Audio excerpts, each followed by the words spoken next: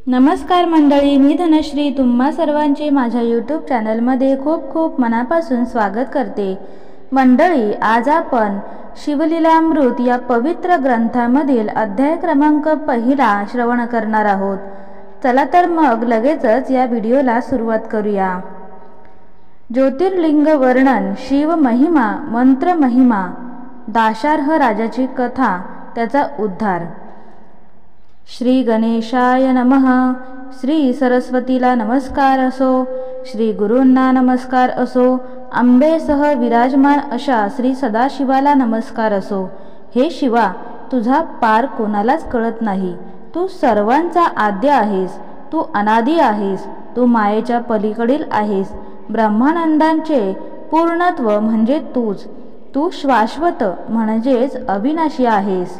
तू हेरंबाचा पिता आहेस, तू जगाचा गुरु आहेस। हे शंकरा, तुझे स्वरूप ज्योतिरूप म्हणजे अग्नीसारखे दिव्य आहे।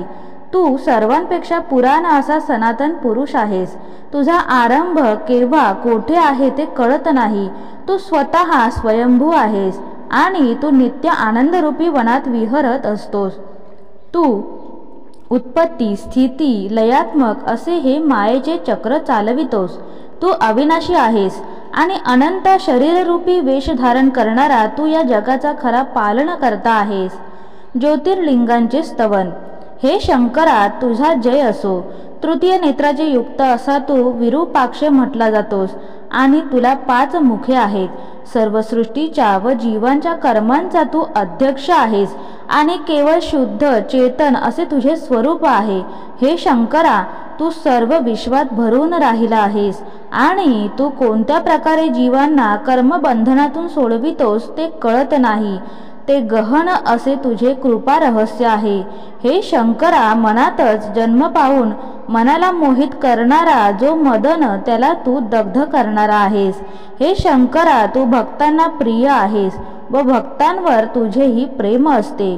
तू हिमालयाचा जामात असून तुझ्या भालप्रदेशी नेत्र आहे। हलाहल विष पान केल्याने तुझा कंठ नीलवर्ण झाला आहे। तू उमेचा पती आहेस। तुझ्या जटाजुटात स्वर्गातील मंदाकिनी नदी विराजित आहे। ती तर शुभ्रपणाने जाईच्या फुलांच्या माळेसारखी शोभून दिसते।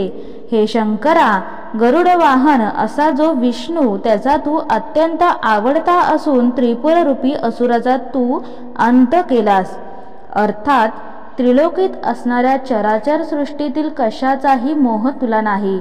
यक्षांचा राजा जो कुबेर, तो तुझा मित्र आहे आणि प्रतापाने तू सूर्यासमान आहेस। हे शंकरा, तू दक्षाचा यज्ञ विध्वंसून टाकलास आणि मृगचिन्ह धारण करणारा चंद्र तुझ्या भालप्रदेशी शोभायमान आहे। हे शिवा, तुझा भालप्रदेश विशाल असून तुझी कांती इतर कापसासारखी शुभ्र आहे। तू विष प्राशन करून सर्व भक्तांचे व जगाचे रक्षण केलेस। सर्व विश्वातील घडामोडी तुझ्या समक्षच होतात। अर्थात तू दुर्लक्ष करशील असे काहीच नाही, म्हणून तुला सर्व साक्षी म्हणतात। तू सर्वांगी भस्मलेपन करतोस। सर्वांना तू भयमुक्त करणारा आहेस आणि त्यांची संसारापासून मुक्ती करणारा तूच आहेस। हे शंकरा, विश्वाची उत्पत्ती, स्थिती व अंत याला कारण तूच आहेस। तू हातात त्रिशूल धारण करतोस आणि तू सिंहाचे चर्म वेढून घेतले आहेस। हे शंकरा, तू देव, सेनापती, स्कंद याचा पिता। तुझ्या वदनावर नेहमी सुंदर हास्य विलसत असते।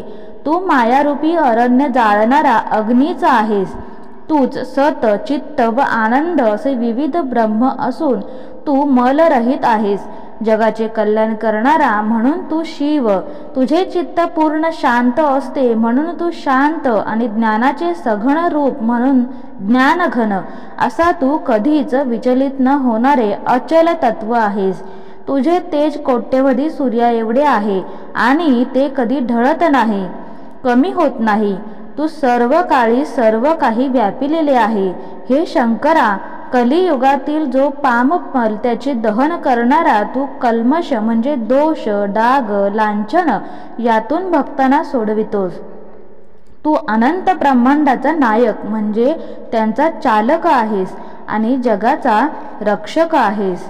पद्मातून उत्पन्न झालेल्या अर्थात कमलोत्पत्ती ब्रह्मदेव यांच्या पित्याचे म्हणजे विष्णूचे मन तुझ्या ठाई रमते आणि जीवांना जन्ममरणातून मोक्ष तूच देतो. हे शंकरा, तुझे अहोरात्र ध्यान करणारे देव म्हणजे ब्रह्मदेव, विष्णू, शेष, सहस्त्रार्जुन, इंद्र, सर्व देव आणि ब्राह्मण हे सर्व तुझे नित्य ध्यान करतात. तू भव म्हणजे खरी सृष्टी आहेस आणि प्राण्यांच्या संसारातील यातनांचा अंत करणारा आहेस. पार्वतीचा तू पती आणि स्मशानात अर्थात शून्य स्थानी तू निवास करणारा आहे. वैखरी वाणीच्या शक्तीच्या पलीकडे तू आहेस. स्वर्ग नदी गंगा होऊन अवनी तिल्यावर आली असता तू तिच्या तीरी विश्वेश्वरनाथ काशीपुरीचा नाथ म्हणून विहार करतोस. अर्थात ते तुझे प्रिय स्थान आहे. काशी हे तुझे स्थान असून तू महत्त्वाचाही विलय करणारा, सर्पभूषणे धारण करणारा, गजासुराचा व मदनाचा गर्व नष्ट करणारा असा तू आनंदघन ओंकार अमलेश्वर आहेस. तू मद व गर्व नष्ट करणारा, जन्मरहित व अपराजित आहेस. तू उज्जयिनी येथे कालातील महाकाल म्हणून राहतोस. तू अमित सृष्टीचा प्रारंभ गर्भ असून वेद व शास्त्रेही तुला नमन करतात. तुला कोठेही खंड नाही, अवयव नाहीत. तू पूर्ण असल्यामुळे तुला आवरण असे नाही. अर्थात दिशा हेच तुझे वस्त्र आहे. तू स्मरणमात्रे भयाचा नाश करतोस. अर्थात नमः शिवाय म्हणणारा भक्त निर्भय होतो. तूच भक्तांच्या हृदयरूपी चाकोराला चंद्राप्रमाणे प्रिय आहेस. तू वेणू राजाचे महान पाप हरण करणारा सनातन घृष्णेश्वर आहेस. हे शंकरा, तू असा शुक आहेस की ज्याला उमेचे हृदय हाच एक पिंजरा आवडतो. अर्थात उमेच्या मनात तुझेच नित्य ध्यान साचलेले असते. तू भक्त हृदयरूपी कमळात मुग्ध होऊन राहणारा भ्रमर आहेस. हे भाळी शशिकला धारण करणाऱ्या शंकरा, असा तू सौराष्ट्र देशात सोमनाथ नावाने विराजत आहे. हे शंकरा, भीमाशंकर म्हणूनही तू विराजमान असून ते तुझे रूप भयानक असूनही खरोखरी तू करुणेचा सागर आहेस. तुझे नेत्र कमळासारखे आहेत आणि रुद्राचा तो अवतार तूच आहेस. रुद्राक्षांचे भूषण तू धारण करतोस. तुझे तप महान आहे. नागनाथ नामाने तू ज्योतिर्लिंग स्वरूपात राहतोस. तो तू नागांना अंकित करणारा, नागभूषण धारण करणारा, तुझी कुंडले नागेंद्रांची व तुझे वस्त्र ही गजाचे आहे. तू नागांचे रक्षण करणारा व गजमुख गणपतीचा पिता आहेस. वृत्ताचा शत्रू जो इंद्र, त्याचाही पराभव करणाऱ्या मेघनादाचा पिता रावण, त्याला तू वर दिलास. तू बाणासुराला प्रिय आहेस. तू पंचबाण मिरविणाऱ्या मदनाचा अंत केलास. भवरूपी रोगांवर औषध देणारा तूच वैद्य आहेस. त्रिपुरासुराचा नाश करणारा अतिशय अद्भुत असा वैद्यनाथ तूच आहेस. हे त्रिनयना, तिन्ही गुणांच्या पलीकडे तू असून त्रिविध तापांचे शमन तूच करतोस. तू 3 प्रकारच्या भेदांपलीकडचा आहेस. त्रिविध दोषरूपी अग्नी शांत करणारा त्र्यंबक तूच आहेस. तू करुणेचा सागर आहेस, करुणेचा मेघच आहेस. कामरूपी हत्तीचे विदारण करणारा सिंह, कृपेचा सागर आणि जगाच्या आनंदाचा मूळ कंद म्हणजे संचय तूच आहेस. तू हिमालयात निवास करतोस व हिमावलताच्या कन्येचा पती आहेस. हिमकेदार नावाने तू नित्य अभिमय रूपात दिसतोस. तू 5 मुकुट धारण करतोस. मायेचे मालिन्य तूच हरण करतोस. वेद तुझे गुण रात्रंदिवस गातात. तुला आदी मध्य व अंत काहीच नाही.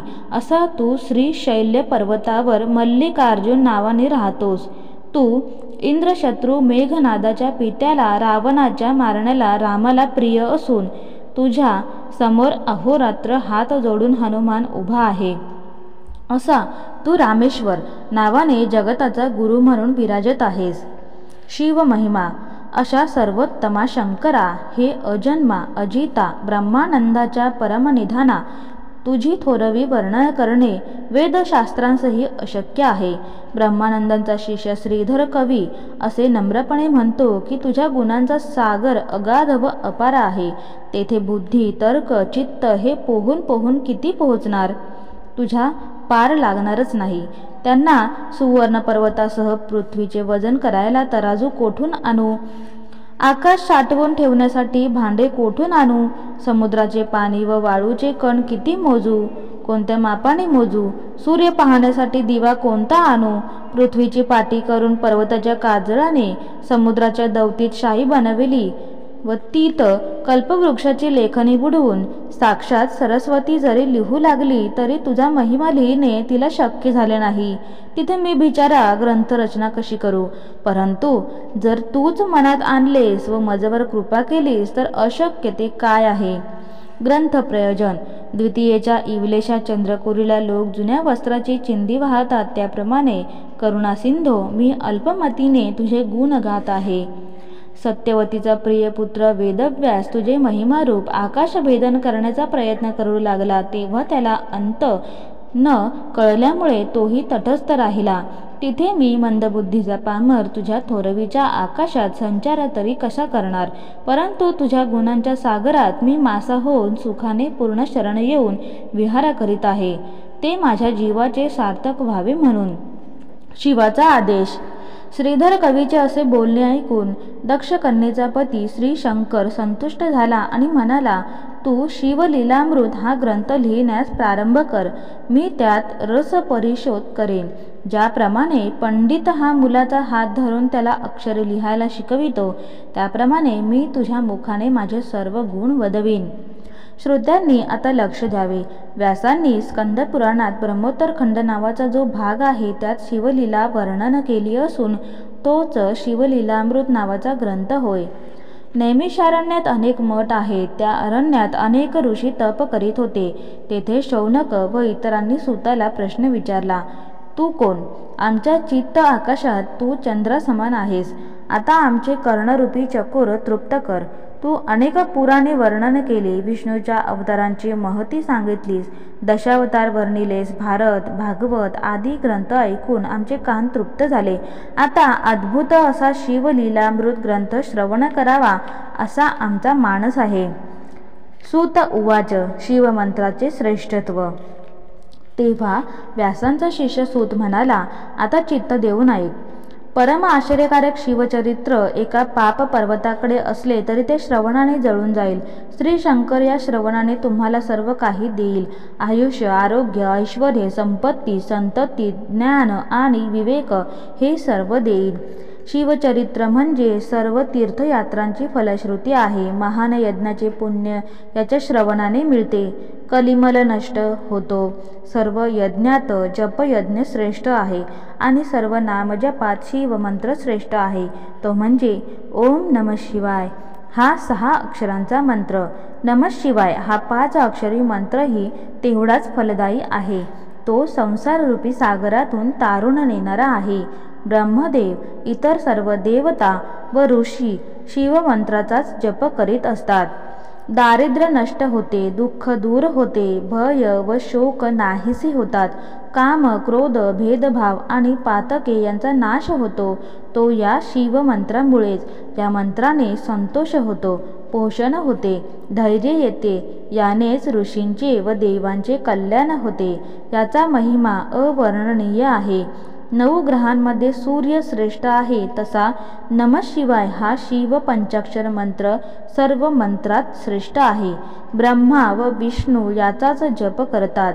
6 शास्त्रात वेदांत श्रेष्ठ, तीर्थात प्रयाग श्रेष्ठ आणि क्षेत्रात काशी क्षेत्र श्रेष्ठ. तसा सर्व मंत्रात हा मंत्र श्रेष्ठ आहे.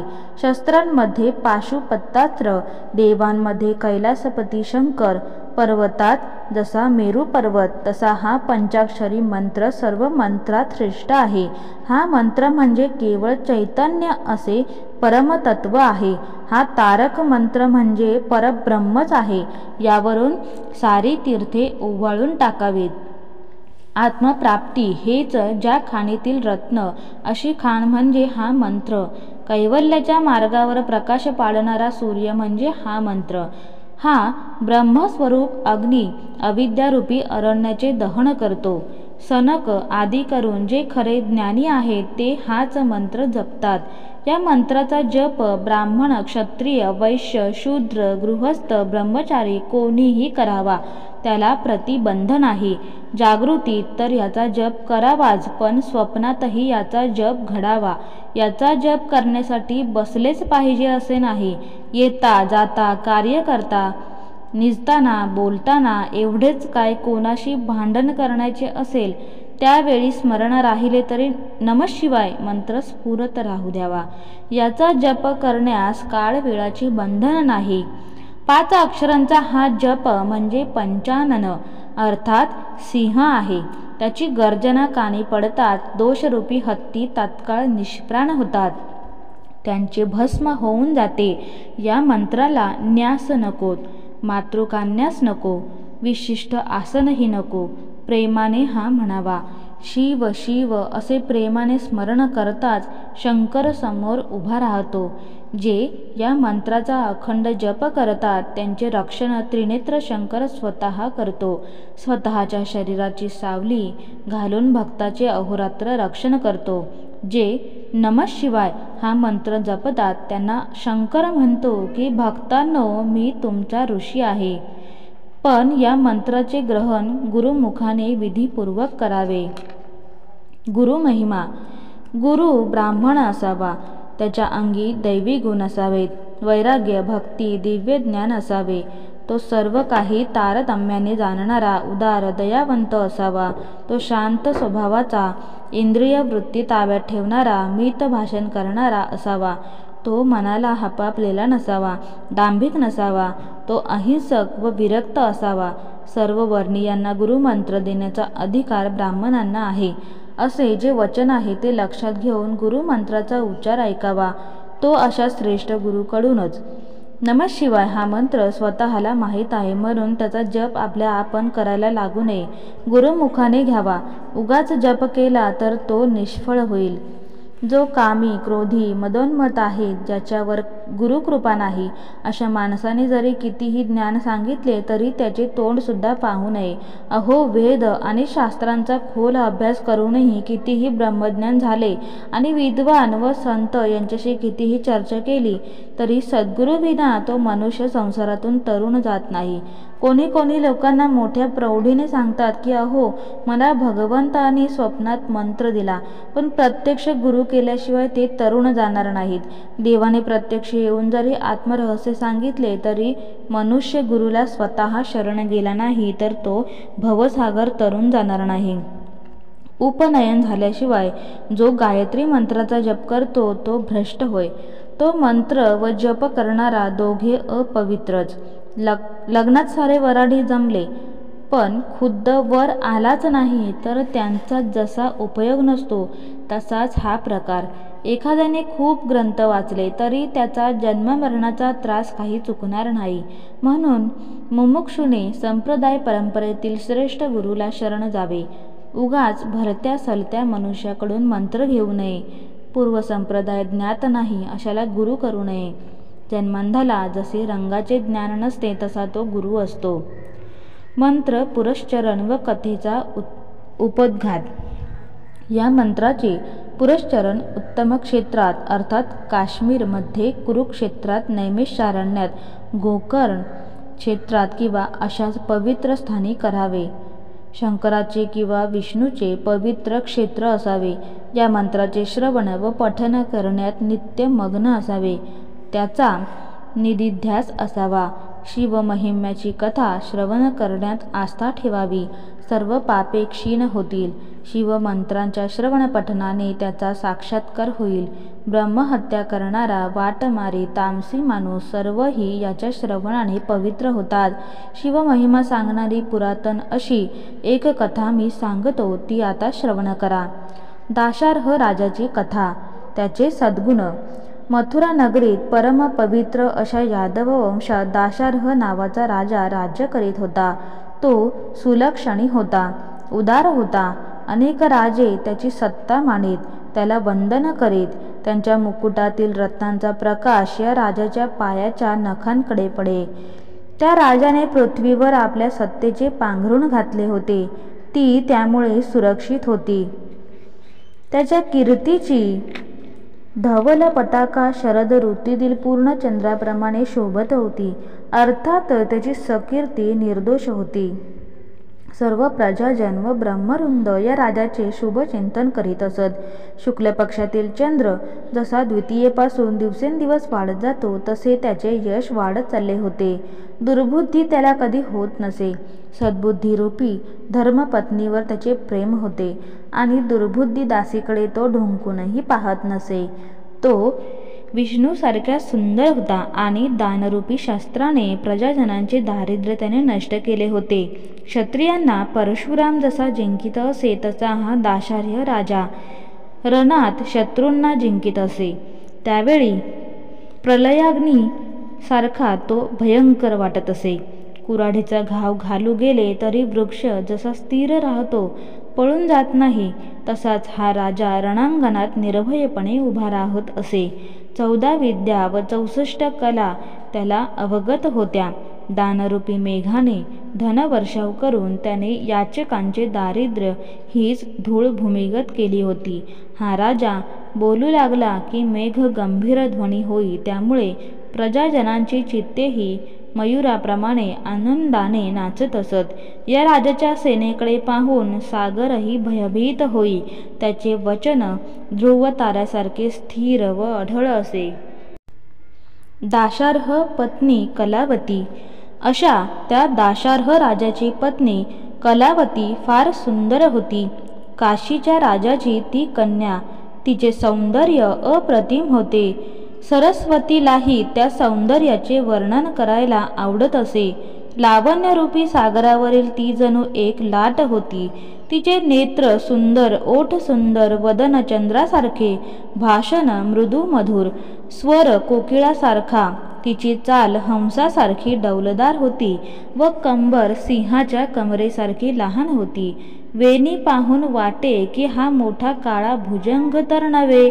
तिच्या सौंदर्याने अलंकारांना जास्त शोभा येत असे. तिचे दात हिऱ्यासारखे चमकत असत. त्यामुळे ती बोलू लागली की भोवती मंद प्रकाश पडे. ती सर्व कला जाणणारी होती. त्यामुळे तिचे कलावती नाव सार्थ होते.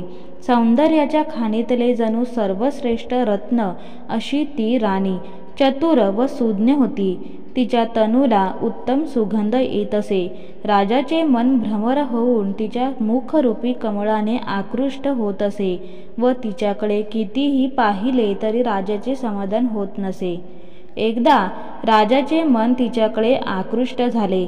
त्याने तिला जवळ बोलावले, पण ती आली नाही. ती रूपवती होती. त्या सौंदर्याने राजा जाळ्यात सापडलेल्या माशासारखा तळमळत होता. ती आली नाही तेव्हा राजाच उठून तिच्या महालात गेला.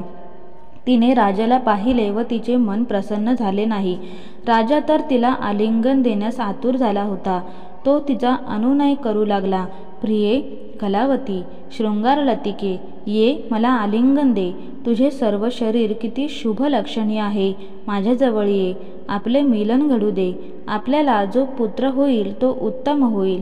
मला नाराज करू नकोस. राजन, आपण धीर धरा. राणी गंभीरपणातच स्मित करून म्हणाली. आता मला स्पर्शही करू नका. तो म्हणाला, का बरे? मी तुला प्रिय नाही का? राणी म्हणाली, नाथ, आपण मला प्रिय आहात म्हणूनच सांगते की मला यावेळी स्पर्श करू नका. कारण मी शशीशेखर शिवाचे व्रत करीत आहे. अशा वेळी मी आपल्याला साथ देऊ शकत नाही. राजा म्हणाला, मी तर इथे व्याकुळ झालो आहे. राणी म्हणाली, जी स्त्री रोगी असेल, गर्भवती असेल, ऋतुमती असेल, उपाशी असेल, व्रतस्थ किंवा वृद्ध अथवा अशक्त असेल तरी मिलनाला योग्य नसते. मिलनाच्या वेळी स्त्री पुरुष तरुण, रूपवान, सुखी, संतोषी असावे. चिंताग्रस्त नसावे. पर्वकाळ नसावा. व्रताचा दिवस नसावा. उत्तम काळी उत्तम भोजन करून विश्रांती घेऊन मगच स्त्रीशी शयन करावे. राजन, आपण मला स्पर्श करू नये. शपथ आहे. राणीचे बोलणे मनावर न घेता राजा पुढे झाला. तो कामवासनेने अंध झाला होता. त्याने कलावतीला एकदम दृढ आलिंगन दिले. तो काय, कलावतीला स्पर्श होताच राजाचे अंग पोळले. राजा एकदम बाजूला झाला आणि म्हणाला, राणी, माझे अंग असे का भाजले? कारण काय आहे? राणी म्हणाली, नाथ, आपण रागावू नये. माझे गुरु दुर्वास ऋषी यांनी मला नमः शिवाय हा पंचाक्षरी मंत्र दिला आहे. त्याचा मी अहोरात्र जप करते. त्यामुळे माझे शरीर पवित्र झाले आहे. माझे शरीर तापलेले नाही, ते तर अत्यंत शीतल आहे. आपलेच शरीर अपवित्र असेल, कारण आपण व्रते पाळली नसतील आणि आचरण शुद्ध ठेवलेले नसेल. अभक्ष्य पदार्थ भक्षण केले असतील. मला गुरुकृपेने अंतर्ज्ञान आहे. आपण जप, तप, शंकराची पूजा यातले काहीही केलेले नाही. गुरूंची सेवा घडलेली नाही. पुढे आपल्याला दारुण नरकयातना भोगावे लागतील. सावध व्हा. आत्ताच काही साधन करा. राजाला फार वाईट वाटले. त्याला दुःखाने बोलवेना. त्याचा कंठ दाटून आला. तो राणीला म्हणाला, खरोखर मोठाच प्रमाद माझ्याकडून घडला आहे. कलावती, तू फार सद्गुणी आहेस. मलाही त्या शिवमंत्राचा उपदेश कर. त्याचा जप केला की मोठी पापे भस्म होऊन जातील. राणी म्हणाली, मंत्र देण्याचा अधिकार मला नाही. मी आपली पत्नी, आपण माझे पती. शास्त्राप्रमाणे माझे आपण गुरु. मी आपली गुरु होऊ शकत नाही. आपण यादव कुळाचे मुख्य गुरु, जे गर्गमुनी आहेत, त्यांच्याकडून उपदेश घ्यावा. ते ज्ञानी जनांमध्ये श्रेष्ठ आहेत. वसिष्ठ, वामदेव यांसारखे ते थोर ज्ञानी ऋषी आहेत. आपले तेच गुरु आहेत. राजाला आनंद झाला. तो दुसऱ्या दिवशी राणीसह गर्गमुनींच्या आश्रमात गेला. मुनींना त्याने साष्टांग नमस्कार केला. त्याचे अष्टसात्वित्व भाव दाटून आले. त्याने नम्रपणे विनंती केली, मुनिश्रेष्ठा, मी तुम्हाला शरण आलो आहे. मला शिवदीक्षा द्यावी. माझ्यावर अनुग्रह करावा. गर्गमुनींना त्याची करुणा आली. ते राजाला नदीच्या तीरावर घेऊन गेले. त्याला यमुनेत स्नान करण्यास सांगितले. नंतर एका मोठ्या वृक्षाच्या तळी स्वतःही स्नानोत्तर त्याच्यासह बसले. नंतर राजाकडून त्यांनी शंकराची पूजा करून घेतली. राजाने गर्गमुनींचीही पूजा केली. त्यांना गुरुदक्षिणा म्हणून भांडारातून द्रव्यसंभार दिला. त्याने गर्गमुनींचे पाय धरले. म्हणाला, गुरुश्रेष्ठा, मी तुम्हाला तन मन धनाने शरण आहे. मला उपदेश करावा. खरोखर जे गुरुला शरण जातात ते धन्य, पण जे गुरुची वंचना करतात ते पामर पुढे घोर नरकयातना भोगतात. आपल्या गुरुच्या घरी संकटे आलेली असताना स्वतः जो सुखविलासात दंग असतो, त्याला ज्ञान कोठून प्राप्त होणार? जो साक्षात ब्रह्मानंद असा गुरु आहे, त्याची भक्ती करेन, नाही तो मतिमंदच. कोणी लबाडीने म्हणतात, तन काय, धन काय, मन काय, सारेच नाशिवंत आहे. ते गुरूंना अर्पण करण्यात काय अर्थ? पण असे तरकट करणाऱ्याचे ज्ञान शठाचे ज्ञान असते. त्याचे तोंडही पाहू नये. त्याचे ज्ञान, त्याची विद्या, त्याचे वैराग्य, त्याची साधना सारे काही व्यर्थ, धिक्कार असो त्याचा. तो जरी 4 वेद आणि 6 शास्त्रे पडला तरी त्याला काही अर्थ नाही. गाढवाने पाठीवर चंदनाचा भार वाहावा तसा तो भार. षड्रस अन्नात पळी बुडाली तरी तिला त्या अन्नाची काय चव? इतर लोक अन्न आवडीने खातात, पण पळी तशीच राहते. तांदूळ मापात भरून इकडून तिकडे टाकतात, पण माप तांदूळ खात नाही. तशी त्याची विद्या, म्हणजेच केवळ ओझे रसाचे गुराळ असते, तेथे घाना काही रस पित नाही. लोक रस चाकतात. पात्रात साखर ठेवली तर ते पात्राला तिची चव ती काय? तसे गुरूंची वंचना करणारे लोक विद्येचा केवळ भार वाहणारे असतात. ते भाविक नव्हेत, ते दुर्जनच असावेत. पण दाशार्ह राजा तसा नव्हता. तो श्रद्धाळू भाविक होता. त्याने गुरुचे षोडशोपचारांनी पूजन केले आणि त्यांच्या समोर हात जोडून उभा राहिला. तेव्हा गर्गमुनींनी त्याला हृदयाशी धरले. त्याच्या मस्तकावरून हात ठेवला. त्याला षडाक्षरी मंत्र ओम नमः शिवाय ह्याचा उपदेश केला आणि त्यावेळी एक मोठे आश्चर्य घडले. राजाच्या शरीरातून शेकडो कावळ्यांच्या रूपाने मोठी पापे निघून गेली. शिवनाम राजाच्या कानी पडले, मात्र त्याची आग सहन न होऊन पाप पळाले. कित्येक कावळ्यांचे पंख जळले, कित्येक तर बाहेर पडता पडता भस्मसात झाले. शुष्क काटेरी झाडांचे वन जसे अग्नीत जळून जाते, तसे पाप जळून गेले. राजा आश्चर्याने पाहतच राहिला. त्याने स्वतःच्या देहाकडे पाहिले. तो देहही देवांसारखा दिव्य झाला. राजा गुरूंना म्हणाला, हे हो काय? एवढे कावळे माझ्या शरीरात कसे काय होते? आणि आता मी असा दिव्य देही कसा झालो? गर्ग म्हणाले, राजा, शिवनामाच्या प्रभावाने पाप दूर निघून गेले, ते पक्षी रूपाने गेले असे दृश्य तुला दिसले, कारण तुला बोध व्हावा अशी माझी इच्छा होती. राजा, अनेक जन्मातील पापे नष्ट होऊन तू आता निष्पाप झाला आहेस. त्यावेळी राजाचे मन सर्व पाशांतून मुक्त झाले. त्याने वारंवार गुरुस्तवन करण्यास प्रारंभ केला. गुरु महाराज, मी आज धन्य झालो. तुम्ही माझे अज्ञान दूर केलेत, पंचमहाभूते वेगळी केलीत, चारी देहांचा म्हणजे अन्नमय, प्राणमय, मनोमय व विज्ञानमय शरीरांचा निराश केलास. मी 25 तत्वांचा मेळ जो देह त्यात सापडलो होतो. मला क्रोधरूपी महिषासूर ग्रस्त करीत होता. कामरूपी वेताळ मला घुसळून काढीत होता. अशा तृष्णा, कल्पना, इच्छा, वासना, भ्रांती, विस्मृती या साऱ्या जाखिनी तर माझी विटंबना करीत होत्या. हा सगळा मायेचा पसारा, पण त्याचा तुम्ही क्षणार्धात निचरा केला. तुम्ही किती दयाळू आहात. धन्य झालो मी. तुमच्या कृपेने मला पूर्वजन्मांचेही स्मरण झाले आहे. कितीतरी पापे काकरूपाने माझ्या शरीरातून निघून गेली. हे गुरुश्रेष्ठा, अनंत पूर्वजन्मांत मी कधी सुवर्ण चोरले होते, मी कधी भक्षण केले होते, मद्यपान केले होते, अयोग्य स्त्रीगमन केले होते, गुरुची निंदा केली होती, कितीतरी हत्या केल्या, गायीची हत्या, ब्राह्मणांची हत्या, स्त्रीची हत्या, पशुहत्या, बालहत्या, परनिंदा केली, भक्तांना छळले, धर्माचा लोप केला, मी सर्वांशी द्रोह केला, मित्राचा, गुरुचा, वेदांचा, सर्व विश्वाचा द्रोह केला. मी देवळे भग्न केली, कोणाला छळून नपुसकही केले, अन्नदान करताना कमी जास्त पंक्तीभेद केला.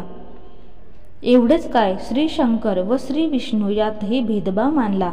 मी दुसऱ्यांचे ज्ञान माझे म्हणून मिरवले, ग्रंथाचीही चोरी केली, पक्ष्यांना ठार मारले, मिथ्या वाद केला, पाखंड मते मांडली, दुसऱ्यात व माझ्यात भेदभाव मनात धरला. स्वतःला गर्वाने मोठा समजलो, पण भ्रष्ट असा साधना मार्गाचा पुरस्कार केला. मी श्रीलंपट होतो, दुराचारी होतो, केलेल्या उपकाराचे स्मरण न ठेवणारा मी कृतघ्नपणा केला, दुसऱ्याच्या धनाचा अपहार केला, मी कर्मभ्रष्ट होतो, मी तीर्थाची निंदा केली, मी धार्मिकतेचा आव आणून स्वार्थावर दृष्टी ठेवली, मी गुरुला छळले, काही जन्मात तर मी आईबापांनाही जीवे मारले, दुबळ्या लोकांना मारले, दीनांना मारले, गोत्रातील लोकांचा वध केला, प्रत्यक्ष भगिनीचाही वध केला, कन्या, गायी, घोडे, रस, दूध इत्यादी गोष्टींना विक्रय केला, गावेच्या गावे जाळली, कधी तर आत्मघातकी केली. एवढी महापापे मी कित्येक जन्मांतरी केली, आणि क्षुद्र पापांची तर गणतीच नाही. हे गुरुश्रेष्ठा, शिवनामाच्या प्रभावाने एवढी सर्व पापे मला सोडून गेली व मी शुद्ध झालो. मी काही पुण्यही केले म्हणून मला नरदेह मिळाला, राजपद मिळाले आणि भाग्य थोर म्हणून गुरुकृपा झाली व माझा उद्धार झाला. आता मी गुरु प्रतापाने भवसागर तरलोच. असे म्हणून गर्गमुनींची वारंवार स्तुती करून राजा त्यांना वंदन करून मथुरा नगरीस परत आला. राणी कलावतीने याप्रमाणे चातुर्याने राजाचा उद्धार केला. राजा शिवमंत्राचा नित्यजप करू लागला. त्याचे राज्य वाढले. राज्यात अवर्षण कधीच नव्हते. वैधव्य आणि रोगांनी मृत्यू नाही असे झाले. त्याने कलावतीबरोबर आनंदाने सुखाने राज्य केले. राजाने आपल्या प्रजाजनांसही शंकराची भक्ती व उपासना करण्यास प्रोत्साहन दिले. रुद्राभिषेक करविले, अन्नदान, ब्राह्मण भोजने करविली आणि सर्वत्र शिवभक्तीचा प्रचार केला. हे दाशार्ह राजाचे आख्यान जे लिहितील, ऐकतील आणि याच्या पठणादिकांना प्रोत्साहन देतील, त्यांचा संसारही सफल होईल. त्यांचे रक्षण स्वतः शंकरच करेल. आणि जे लोक शिवमहिमा वर्णन करतील त्यांचे जीवन धन्य होईल. यापुढे तर अमृतापेक्षा गोड अशी कथा आहे. पंडित, चतुर व प्रेमळ गुरुभक्त असे श्रोते ती कथा श्रवण करोत. शूलपाणी शंकर हा पूर्ण ब्रह्मानंद रूप असून श्रीधर व कवीच्या मुखाने तोच सर्व कथा वदवून घेत आहे, यात संशय नाही. स्वतः पांडुरंगाच्या मुकुटाच्या ठिकाणी शिवाची पिंडी आहे. पूर्ण अशा ब्रह्मानंदांचा कधी बेरंग होत नाही की तो कधी भंगही पावत नाही. स्कंद पुराणातील ब्रह्मोत्तर खंडातील शिवलीलामृत हा भाग प्रेमळ सज्जनांनी नित्य श्रवण करावा अशी विनंती आहे. श्री सांब सदाशिवार्पणमस्तु. ओम नमः शिवाय. शिवशंकरा हर हर महादेव. मंडळी, हा शिवलीलामृत ग्रंथातील अध्याय क्रमांक 1 तुम्हाला कसा वाटला मला नक्की कमेंटमध्ये कळवा. जर तुम्ही माझ्या चॅनलवरती नवीन असाल तर चॅनलला सबस्क्राईब मात्र करायला विसरू नका. पुन्हा भेटूया अशाच नवीन व्हिडिओसह. तोपर्यंत ओम नमः शिवाय.